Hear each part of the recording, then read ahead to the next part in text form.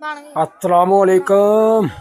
की हाल है सज्जनों ते बेलियो जनाब। अज विजिट किया है मेला जी साढ़े इलाके की खुशियां का समा बनाया जनाब। ते जिन्ना साडा इलाका इर्द गिर्द जिन्ने भी लोग ने एक सैयद सज्जाद अली शाह और बाबा गुलाब शाह मोतियां वाली सरकार का जनाब लगे है। ते असी जनाब इत्थे आए हाँ। ये मेला मेलियां का पैसे धेलियां का कोले दी टगा ते भेला ते कर दी मेला मेला। ये जनाब देखो तुहानू सारा शहर जाने जनाब मेला जनाब देखो विजिट करो।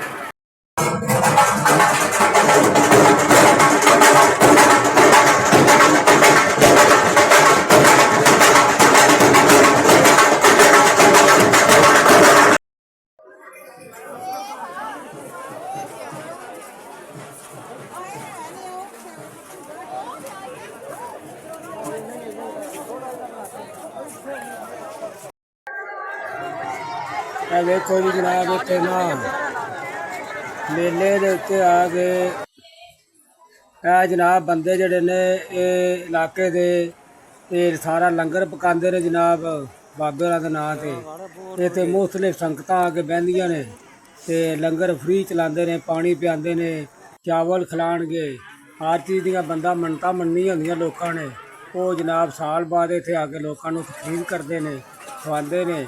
ते कोई बंदा नहीं जिहड़ा जनाब साढ़े इलाके च इस मेले शामिल नहीं होंदा। बच्चे जनाब देखो अपना खुशी का समा बने ते बड़ा माहौल जनाब